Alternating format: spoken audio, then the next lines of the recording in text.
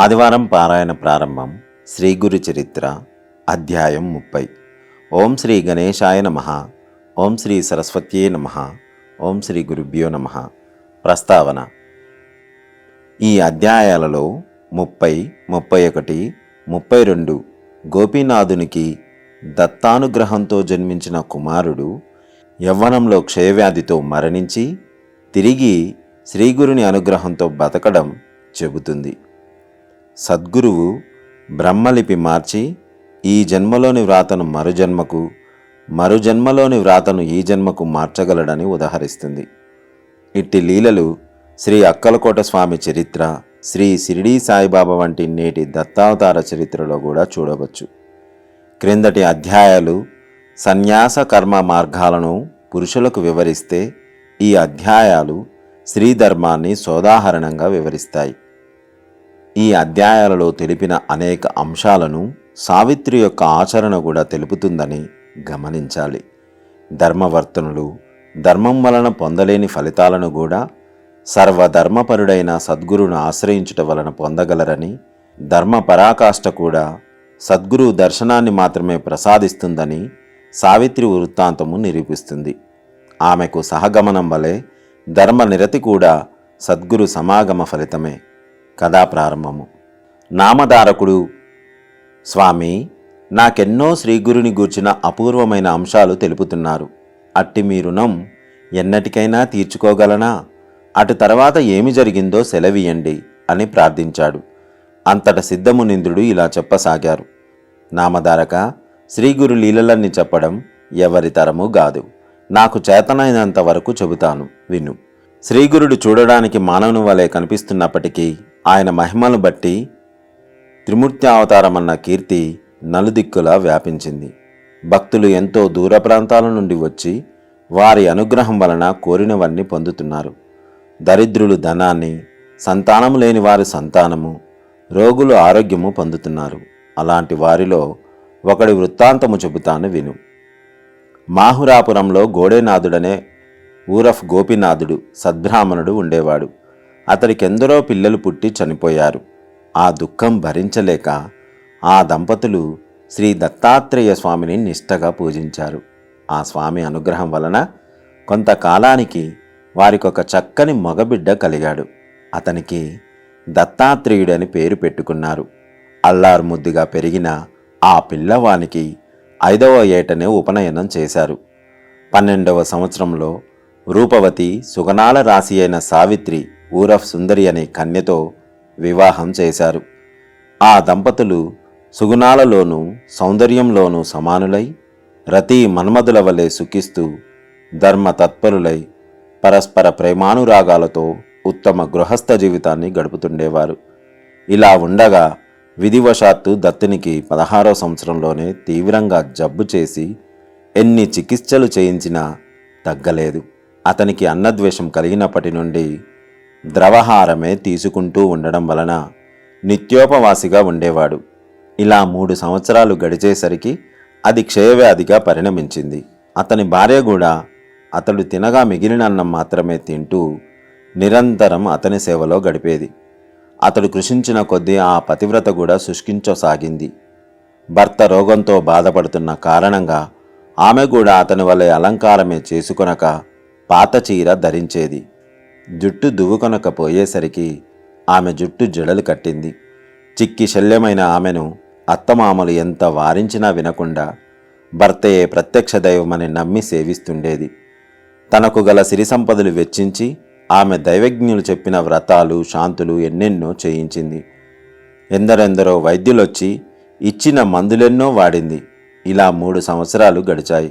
కానీ దత్తుని పరిస్థితి కించెత్తైనా మెరగవకపోయేసరికి అందరూ ఆశలు వదులుకున్నారు. అతడి తల్లిదండ్రులెంతో దుఃఖించి దత్తాత్రేయ స్వామిని తలచి ఇలా మొరపెట్టుకున్నారు: స్వామి దత్తాత్రేయ, నిన్ను సేవించి ఈ కొడుకును పొందాక ఇప్పుడితనిని కూడా నీవు మాకు దక్కించకుంటే మేము ఏమి చూసుకొని బ్రతకాలి? వారలా దుఃఖిస్తుంటే దత్తుడు వారిని ఊరడిస్తూ మనకెంత రుణానుబంధం ఉంటుందో అంతవరకే ప్రాప్తముంటుంది గాని అంతకు మించి ఆశ పెట్టుకుంటే దక్కేదేముంది? కనుక మీరు నా కోసం దుఃఖించవద్దు అని చెబుతుండేవాడు. ఆ మాటలు వినగానే వారికి దుఃఖం మరింత పొర్లుకొచ్చేది. అతడు కూడా దుఃఖిస్తూ తన తల్లితో, అమ్మా, అంతా ఈశ్వరాధీనము గాని మన చేతిలో ఏమున్నది? నీవు నాకొక్క గడియసేపు పాలిచ్చిన రుణమైన ఇంతవరకు తీర్చుకోలేకపోయాను. నేను నీకు కష్టాలే తెచ్చిపెట్టాను, మిమ్మల్ని కొంచెమైనా సుఖపెట్టలేకపోయాను అంటుండేవాడు. దత్తుడు తన భార్యతో, ప్రేయసి, నాకింకా కాలం తీరిపోతున్నది. నీవు నాకు చేసిన సేవకు, నా కోసం పడ్డ కష్టాలకు అంతే లేదు.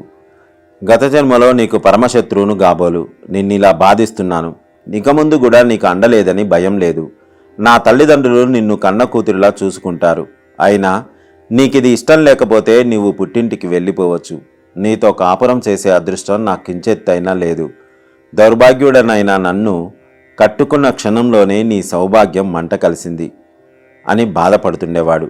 సావిత్రి ఆ మాటలు భరించలేక చెవులు మూసుకొని ఏడుస్తూ, స్వామి, మీరు నన్ను విడిచిపోతారా? మీకంటే నాకు వేరే గతి ఏమున్నది? భార్యకు భర్తయే దిక్కుగాని తల్లిదండ్రులు గారు.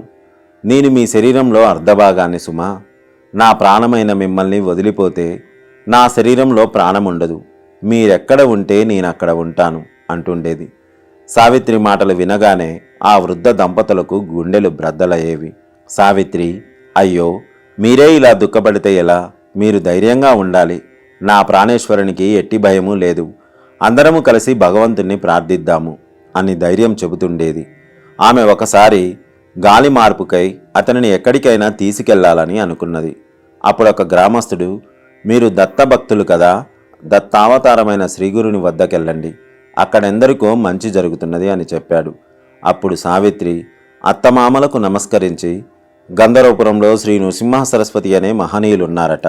వారి అనుగ్రహం వలన నా భర్తకు మళ్ళీ ఆరోగ్యం కలుగుతుందన్న నమ్మకం నాకున్నది. మీరు అనుజ్ఞ ఇస్తే మేమిద్దరం అక్కడికి పోతాము. ఆ స్వామి మహిమ గురించి ఎందరెందరో చెప్పగా విన్నాను.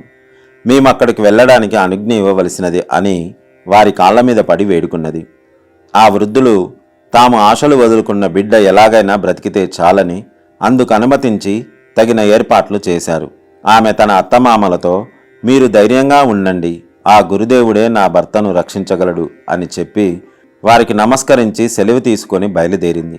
ఆ యువతి యొక్క ధైర్యానికి ఆ వృద్ధ దంపతులు అబ్బురపడి, అమ్మాయి, శ్రీ దత్తాత్రేయ స్వామి అనుగ్రహం వలన మా అబ్బాయి చిరంజీవి అగునుగాక, సౌభాగ్యవతి భవ అని హృదయపూర్వకంగా ఆశీర్వదించి ఆమెకు వీడ్కోలు చెప్పారు. సావిత్రి తన భర్తకు శ్రమ కలగకుండా పల్లకిలో మెత్తని పడక ఏర్పాటు చేసి బోయిలను మెల్లగా నడవమన్నది. ఈ విధంగా వారు 3 రోజులు ప్రయాణం చేసి గంధర్వ నగరం సమీపించారు. సావిత్రి అక్కడక్కడ పల్లకి దింపి శ్రీగురుని గూర్చి విచారిస్తున్నది. అంత దూరం ప్రయాణం చేసి అలసినందువలన దత్తునికి రోగబాధలెంతో తీవ్రమయ్యాయి. అవసాన దశ సమీపించిందా అన్నట్లు అతడు బాధతో గిలగిలలాడుతున్నాడు. ఎలాగో పల్లకిని గంధర్వపురం చేర్చి అక్కడొక చోట దింపి సావిత్రి త్వరగా వెళ్ళి శ్రీగురుడెక్కడ ఉంటారని ఆ ఊరి వారిని విచారించింది. వాళ్ళు స్వామి అనుష్ఠానానికని సంగమం వద్దకు వెళ్లారని చెప్పారు. అతనిని అక్కడికి తీసుకువెళ్దామని సావిత్రి పల్లకి వద్దకు వచ్చేసరికి దత్తుడు మరణించాడు. పాపం, ఆమె గుండెలు బాదుకుంటూ ఏడుస్తున్నది. ఆమె పెట్టుకున్న ఆశలన్నీ పటాపంచలయ్యాయి. ఆ శోకం భరించలేక ఆమె కత్తితో పొడుచుకోబోతే అక్కడి వారందరూ అడ్డు వచ్చి ఆపారు. ఆమె దుఃఖిస్తూ, అయ్యో స్వామి, నాకిదేమి గతి? శ్రీగురుమూర్తి, అయ్యో స్వామి, నాకిదేమి గతి? ఓ శ్రీగురుమూర్తి, మీరు ప్రాణరక్షకులని తలచి గంపడాశతో ఇంత దూరం కాలిడుచుకుంటూ వచ్చాను. కానీ నా పని దైవానుగ్రహం కోసం వెళ్ళిన వాని మీద ఆలయం విరిగిపడ్డట్లు, నీడను చేరబోయిన వాని మీద ఆ చెట్టు విరిగిపడినట్లు, మంచినీటికని పోయినవాడు మొసలి నోటబడ్డట్లు, నా భర్తను బ్రతికించుకోవడానికి ఇక్కడికి వచ్చిన నేను అతని పోగొట్టుకున్నాను. నా గతి పులిబారి నుండి తప్పించుకున్న ఆవు గోమాంసం తినే యవనుడి పాలిట పడినట్లయింది. నాకు తెలియకనే నేను భర్తను చంపిన దానినయ్యాను. వృద్ధులైన అత్తమామలకు ఒక్కగానొక్కడైన వారి బిడ్డను దూరం చేసి దేశంగాని దేశంలో దిక్కులేని చావు చచ్చేలా చేశాను అని హృదయ విదారకంగా ఏడుస్తున్నది. అప్పుడక్కడ చేరిన వారిలో కొందరు, అమ్మాయి, నీవిలా ఏడ్చినందువలన లాభమేమి? విధిలిఖితం విష్ణువునైనా విడిచిపెడుతుందా అని తెలియజెప్పాలని చూచారు. కాని వయసులో చిన్నదైన ఆమెకు అతని సాహచర్యంలోని మధురమైన స్మృతులు గుర్తుకు వచ్చి ఆమె హృదయాన్ని కలచివేస్తున్నాయి. ఆమె దీనాతి దీనంగా వారందరితో, అయ్యలారా, ఇప్పుడు నేనెక్కడ ఎవరి అండన ఉండాలి? నా ప్రాణనాథుడు మరణించాక నేనెలా బ్రతికేది? నా భర్త వంటి సుగుణ సంపన్నుడు ఈ లోకంలో మరెవ్వరూ లేరు. చిన్నప్పుడు గౌరీ వ్రతం, వివాహమయ్యాక భవానీ పూజలు, అఖండ సౌభాగ్య వ్రతము అన్నీ ఎంతో శ్రద్ధగా చేశాను. ఆ పుణ్యమంతా ఏమైపోయింది? నా మాంగళ్య రక్షణ కోసం నా నగలన్నీ వదులుకున్నాను. అందుకు ఫలితం చివరకు నాకీ పసుపు తాడైనా దక్కకపోవడమేనా అని దుఃఖిస్తూ ఆ శవం మీద పడి, స్వామి, నన్ను విడిచి ఎక్కడికి పోయారు? మీరు లేకుండా నేనెలా బ్రతకగలను? అయ్యో, నా వార్త విన్న వెంటనే మీ తల్లిదండ్రులు మరణిస్తారు. వారి బిడ్డను ఎలాగైనా బ్రతికించుతానని వారిని నమ్మించి మిమ్మల్ని ఇక్కడికి తీసుకువచ్చాను. నేనీ పని చేసినందువల్ల 3 ప్రాణాలను తీసిన దోషినయ్యాను. నేనిప్పుడు వారికి ముఖమేలా చూపేది? నేను మీతోనే వస్తాను అంటే హృదయ విదారకంగా శోకిస్తున్నది. ఇంతలో అక్కడకు మెడలో రుద్రాక్షమాలలు, చేతిలో శూలము, శరీరం నిండా భస్మము ధరించిన ఒక తపస్వి వచ్చి సావిత్రికి ఇలా వివేకము ఉపదేశించాడు. పిచ్చిదానా, నీవిలా ఏడ్చి ఏమి ప్రయోజనం? నొసటి వ్రాత మారదు గదా, పోయిన ప్రాణం తిరిగి వస్తుందా? ఈ భూమి మీద చనిపోకుండా శాశ్వతంగా ఎవరు నిలుస్తారు? అయినా ఇతడెక్కడికి పోయాడనుకుంటున్నావు? ఆలోచించు. అసలు నీవెవరు? ఎక్కడి నుండి వచ్చావో చెప్పు. ప్రవాహంలో ఎక్కడి నుండో వచ్చి కలుసుకున్న కట్టెలలాగా భూమిపై జీవులు కలుసుకుంటారు. కొద్ది సమయం కాగానే అలానే విడిపోతారు. పక్షులు సంధ్యాకాలంలో గూటికి చేరుకున్నట్లు జీవులు మళ్ళీ ఎక్కడి నుండి వచ్చినవి అక్కడికి చేరుతాయి. నీటి నుండి వచ్చే బుడగల వలె ఈ శరీరాలు వచ్చి కొంతసేపుండి మరల నశించిపోయేవే గదా. పుట్టేవాడు, చనిపోయేవాడు వాటిలో ఎక్కడున్నాడు? అతడెవడు? మాయావశులై అలాంటి జీవులను నావి, నా వాళ్ళు అనుకోవడం ఒక భ్రాంతి. ఇతని తత్వము ఆలోచించకుండా ఈ శరీరమే నీ భర్త అని అనుకుంటున్నావు. జీవుడు కర్మ వలన శరీరం ధరిస్తాడు. కర్మ త్రిగుణాల వలన ఏర్పడిన శరీరం సుఖదుఖాలు కలిగిస్తుంది. గుణాలన్నవి మాయ వలన ఉన్నట్లు కనిపిస్తాయే గాని నిజానికి లేనే లేవు. త్రిగుణాత్మకమైనది మాయే గాని ఆత్మ కాదు. పుట్టుక, చావు మొదలైన వికారాలే లేని ఆత్మకు త్రిగుణాలతో ఎట్టి సంబంధమూ లేదు. ఆ జీవుడు అవిద్య వలన కర్మబంధంలో చిక్కి ఈ సంసారంలో బడి ఈదులాడుతున్నంత వరకే సుఖదుఖాలు అనుభవిస్తాడు. మృత్యువంటావా? సుదీర్ఘమైన ఆయువు గల దేవతలు కూడా కల్పాంతంలో నశించవలసిందే. ఇక మానవుడి సంగతి చెప్పాలా? కాలం వలన పుట్టి దానికి ఆధీనమై ఉన్న ఈ శరీరం స్థిరంగా ఉండడం ఎలా సాధ్యం? ఇలా కాలము, కర్మ మరియు త్రిగుణాలకు లోబడి ఉన్న ఈ భౌతికమైన శరీరం పుట్టినందుకు సంతోషం గాని, మరణించినందుకు దుఃఖం గాని పొందదగినదేమీ లేదు. గర్భంలో పడినది మొదలు ముసలివాడయ్యే వరకు వెనుక చేసుకున్న కర్మను అనుసరించి ఎప్పుడో ఒకప్పుడు మరణించక ఎవరికీ తప్పదు. ఆ మధ్యకాలంలో ఎవరైనా వారి వారి విధి వ్రాతలను అనుసరించి ఎక్కడ ఏ సమయంలో ఎలాంటి సుఖదుఖాలు అనుభవించాలో అట్టివి ఎవరైనా అనుభవించవలసిందే గాని వాటిని నివారించడం ఎవరితరం?